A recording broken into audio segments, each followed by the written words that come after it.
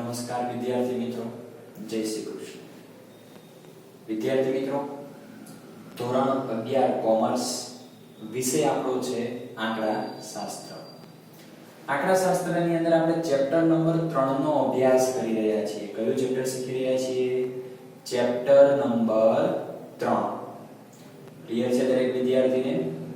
ચલો વિદ્યાર્થી મિત્રો, ગયા લેક્ચરમાં આપણે અવર્ગીકૃત માહિતી ઉપરથી મધ્યસ્થ, ચતુર્થક, દશાંશક અને શતાંશકની કિંમત શોધતા શીખ્યા હતા. તો આ લેક્ચરમાં આપણે વિદ્યાર્થી મિત્રો એનાથી આગળનો અભ્યાસ કરવાનો છે. શેનો? એનાથી આગળનો.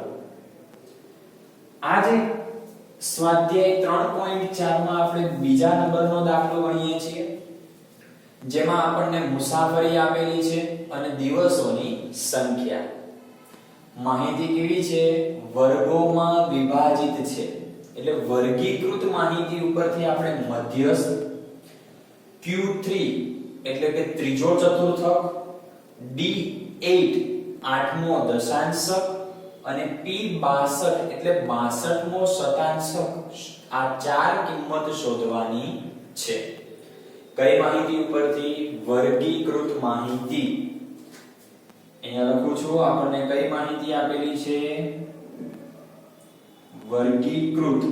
જો વર્ગોમાં વિભાજિત છે તો યાદ રાખો વિદ્યાર્થી મિત્રો, જ્યારે દાખલામાં આપણને એવું કહે કે વર્ગીકૃત માહિતી ઉપરથી તમને કોઈ પણ કિંમત કહે, મધ્યસ્થની કિંમત, ચતુર્થકની કિંમત, દશાંશકની કિંમત કે શતાંશકની કિંમત, તમારે એક કોલમ બનાવવાનું.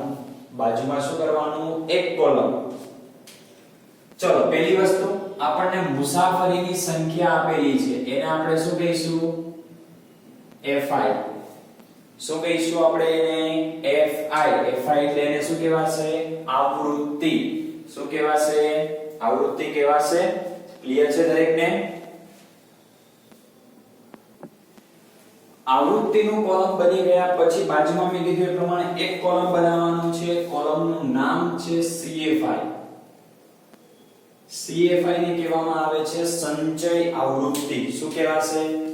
સંચય આવૃત્તિ. હવે સંચય આવૃત્તિનું કોલમ કેવી રીતે બનાવવાનું ધ્યાન રાખજો. 5 છે એ અહીંયા લખી દો. 5. આ જે 5 આવે છે એનો સરવાળો નીચેની સંખ્યા સાથે કરો. શું કરો? 5 + 18. તો 18 + 5 23. 23 પ્લસ શું કરશો હવે? 24. કેલ્સી ની અંદર ગણતરી કરતા જજો. 23 + 24 કેટલો જવાબ આવશે? 47. 47 + 7 કેટલા થશે? 54. 54 + 5 59. 59 + 1 60. હવે ચલો આવૃત્તિનું ટોટલ કરો. 5 + 18 + 24 + 7 + 5 + 1. તો જો આ જે ટોટલ મળશે ને એ જ તમારા માટે n થઈ જશે. n = 60. ફરી વખત ટોટલ કરવાની જરૂર રહેશે નહીં. CFI નું કોલમ જ્યારે વર્ગીકૃત માહિતીમાં તમને કોઈ પણ કિંમત શોધવાની કે એટલે કયું કોલમ બનાવવું પડશે? યાદ રાખજો, આ ચોથા ચેપ્ટરમાં પણ આ કામમાં આવશે. ક્લિયર છે? ચલો હવે મેં અહીંયા ચાર પાર્ટ પાડી દીધા છે. દરેકની અંદર આપણે શું કરવાની છે? અલગ અલગ ગણતરી કરવાની છે. ચલો જુઓ, મધ્યસ્થની ગણતરી મેં સૂત્ર આગળ પહેલા લેક્ચરમાં તમને શીખવાડી દીધા છે. મધ્યસ્થની સંજ્ઞા m = પેલા વર્ગીકૃત માહિતી માટે આવું સૂત્ર થશે n/2 નું અવલોકન. બરાબર? n બરાબર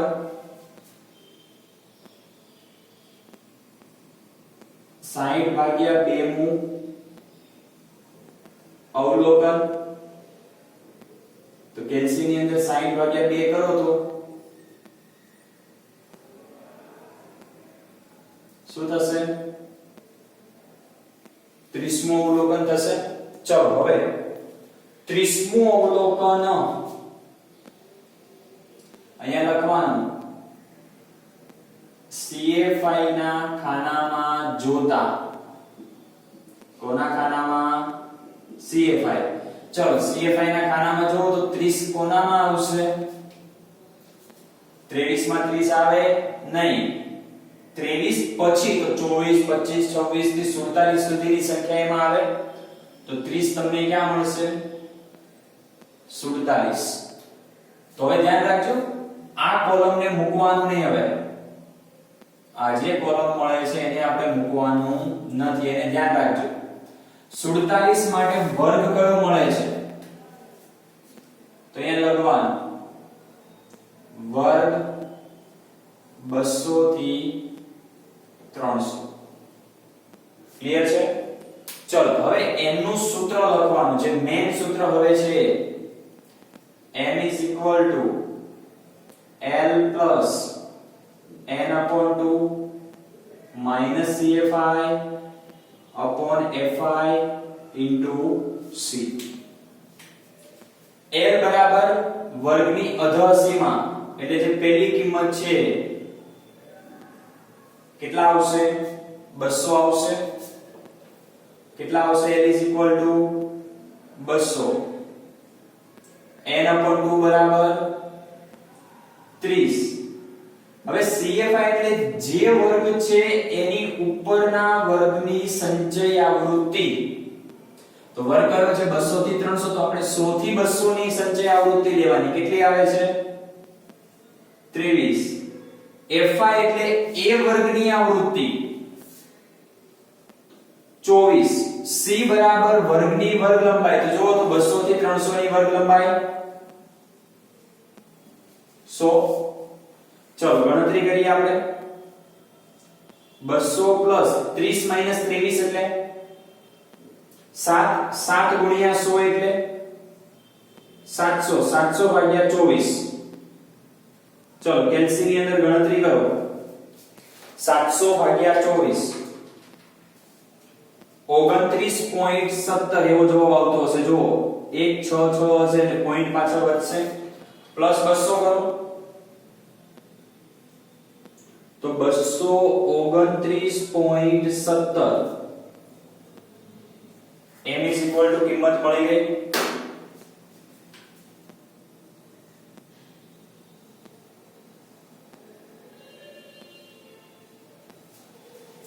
ક્લિયર છે? મધ્યસ્થની કિંમત. એ જ રીતે હવે આપણે શોધીશું Q3 ની કિંમત. Q3 એટલે ત્રીજો ચતુર્થક થશે. તો અહીંયા લખવાનું Q3 = મેં કીધું છે 3 છે તો આગળ ગુણાકારમાં 3. ચતુર્થક 4 હોય એટલે n/4 મુ અવલોકન 3/n/4 n બરાબર 60 ભાગ્યા કેટલા આવશે?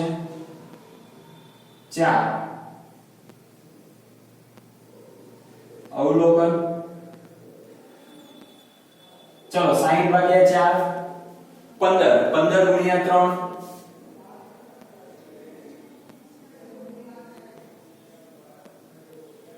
45મું અવલોકન. 45 નું અવલોકન ક્યાં જોશો? તો CFI ના ખાનામાં જોતા.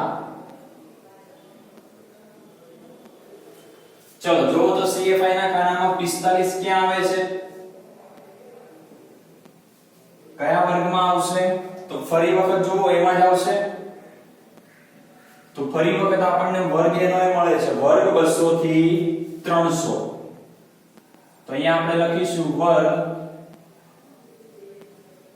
200 થી 300. એના પછી હવે આપણે Q3 નું સૂત્ર લખીએ. સેમ ટુ સેમ સૂત્ર પણ ચેન્જીસ ખાલી આટલો જ છે. 3 કૌંસમાં n/4 CFI upon fi into c। Changes क्या आयो? આટલી કિંમત બદલાણી, કિંમત મૂકીએ l બરાબર વર્ગનું અધરસીમા બિંદુ 3 કૌંસમાં n upon 4 ની કિંમત 45। CFI બરાબર જે વર્ગ છે એ વર્ગના અગાઉના વર્ગની સંચય આવૃત્તિ 23। FI બરાબર એ જ વર્ગની આવૃત્તિ 24 गुणिया 100। चलो एना પછી નેક્સ્ટ બાદ બાકી કરો 45 23 45 23 22 22 ગુણ્યા 100 2200 ભાગ્યા 24 તો 2200 ભાગ્યા 24 કરો તો 91.67 200 પ્લસ 91.67 બંનેનું ટોટલ કરશો તો જવાબ મળશે 291.67 જે કોની કિંમત બનશે? Q3 ની કિંમત બનશે। એકદમ સહેલો અને સરળ દાખલો છે। ખાલી મેં કીધું એ પ્રમાણે આ બાબતોમાં દરેક વખતે ધ્યાન રાખવાનું રહેશે। એની પછી D8 તો D8 એટલે દશાંશક, દશાંશક હોય કેટલા? 10। તો આપણે શું કરીશું? 8/n/10 મુ અવલોકન। ચલો કિંમત મૂકીએ n બરાબર 60/10 મુ અવલોકન 60/10 6 ગુણ્યા 8 48। તો અહીંયા શું બનશે? 48મું અવલોકન। ચલો હવે જો 48મું અવલોકન કોના ખાનામાં જોશો? CFI ના ખાનામાં જોતા। કોના ખાનામાં? CFI ના ખાનામાં। ચલો હવે જો તો 48 કયા કોલમમાં આવે છે? 47 માં આવે 48? નહીં, તો 48 ક્યાં આવશે? અહીંયા આવશે 54 નામાં। તો વર્ગ કયો મળશે આપણને? 300 થી 400। આ યાદ રાખવાનું। તો અહીંયા હું લખીશ હવે વર્ગ 300 થી 400 મળ્યો। સૂત્ર લખીએ આપણે હવે। સૂત્રમાં ચેન્જીસ થોડોક જ કરવાનો છે। L પ્લસ 8 ગુણ્યા n/10 minus CFI upon FI into C થશે આવું। ક્લિયર છે દરેક વિદ્યાર્થીને? ચલો હવે નેક્સ્ટ આગળ જોઈએ। D8 L is equal to વર્ગનું અધોસીમા બિંદુ 300 8 કૌંસમાં n/10 નો જવાબ 48। CFI બરાબર શું? જે વર્ગ છે એના અગાઉના વર્ગની સંચય આવૃત્તિ। તો અગાઉનો વર્ગ એટલે આ કેટલી છે સંચય આવૃત્તિ? 47। FI એટલે એ જ વર્ગની આવૃત્તિ। તો એ વર્ગની આવૃત્તિ 7। વર્ગ લંબાઈ જોવો તો 300 થી 400 કેટલાની વર્ગ લંબાઈ? 100 ની। ચલો નેક્સ્ટ આગળ ગણતરી કરો।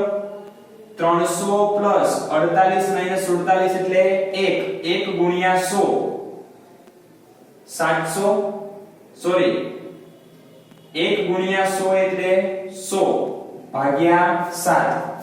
ચલો કેલ્સીમાં ગણતરી કરો। 100 ભાગ્યા 7 14.29 300 પ્લસ 14.29 તો આન્સર કેટલો આવશે? 314.29। કોનો આન્સર મળ્યો આપણને? D8 કેટલો આન્સર મળે છે? બધા દાખલામાં થોડો થોડો ડિફરન્સ આવશે. ક્લિયર છે? ચલો એની પછી નેક્સ્ટ આગળ જોઈએ P62. તો P એટલે શતાંશક. શતાંશક કેટલા હોય? 100. તો સૂત્ર 62 છેદ ગુણ્યા n upon 100 મું અવલોકન.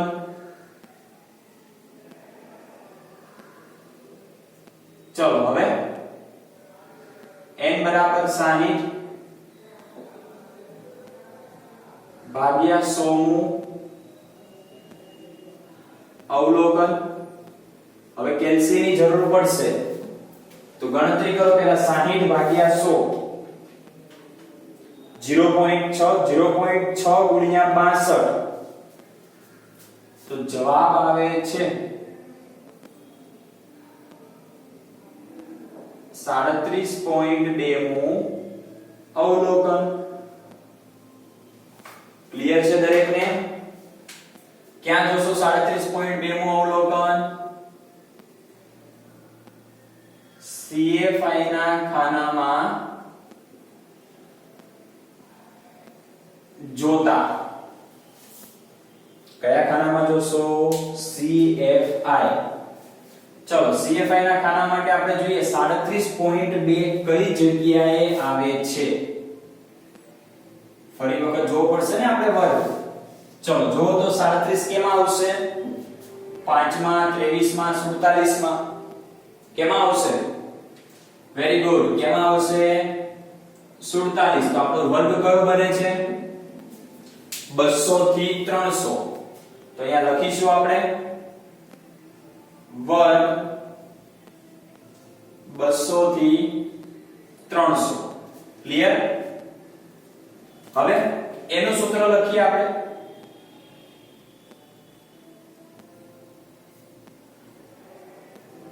P62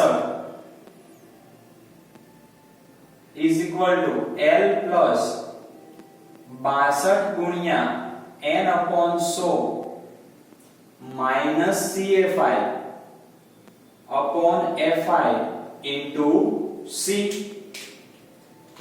ચલો જો L is equal to તો વર્ગનો અધસીમા બિંદુ 200 62 ગુણ્યા n upon 100 નો આન્સર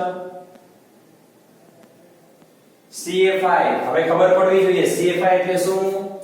જે વર્ગ છે એના અગાઉના વર્ગની સંચય આવૃત્તિ કેટલી આવે છે? 23.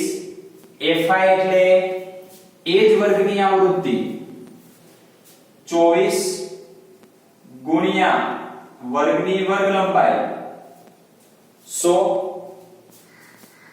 ગણતરી કરો. 200 પ્લસ 37.2 માઈનસ 23. કેલ્સી ની અંદર ગણતરી કરીએ આપણે. 37.2 માઈનસ 23 14.2 ગુણ્યા 100 તો જવાબ આવશે 1420 ભાગ્યા 24. ચલો ભાગાકાર કરો તો 1420 ભાગ્યા 24 59.17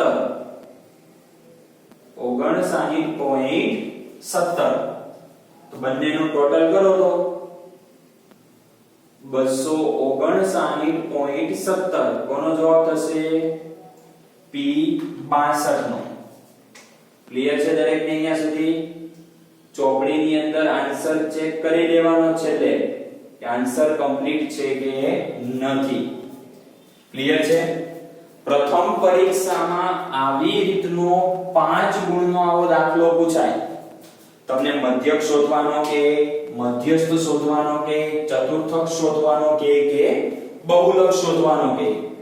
ક્લિયર છે દરેક વિદ્યાર્થીને અહીંયા સુધી? તો હવે આપણે હોમવર્કની વાત કરીએ. હોમવર્કની અંદર તમારે ગણવાનું છે ઉદાહરણ નંબર 26. કયું ઉદાહરણ ગણશો? ઉદાહરણ નંબર 26. Same to same. કોઈ ચેન્જીસ એમાં કરવાનો નથી. ક્લિયર છે? તો સારું, ચલો વિદ્યાર્થી મિત્રો, હવે આપણે મળીશું આની પછીના નેક્સ્ટ લેક્ચરમાં. આવો જ દાખલો લઈશું, પણ થોડી માહિતી અહીંયા વર્ગીકૃત માહિતી જે આપણને આપી તેમાં થોડો ઘણો ચેન્જીસ થશે. ક્લિયર છે? સારું, ચલો વિદ્યાર્થી મિત્રો, મળીએ આપણે હવે નેક્સ્ટ લેક્ચરમાં. Thank you.